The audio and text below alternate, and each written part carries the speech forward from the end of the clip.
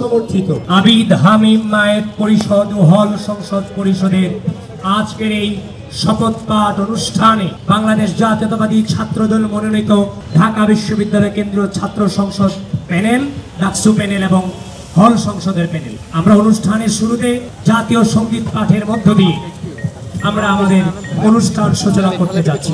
আমাদের মাঝে জাতীয় সঙ্গীত পাঠে নেতৃত্ব দেবেন কমন রুম ও ক্যাফেটেরিয়া বিষয়ক সম্পাদক, কমন রুম, রিডিং রুম ও ক্যাফেটেরিয়া সম্পাদক পদপ্রার্থী যেমন ফারিয়া মেঘলা।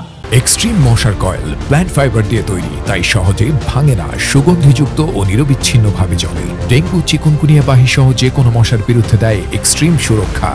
আমি তোমায় ভালোবাসি, তোমায়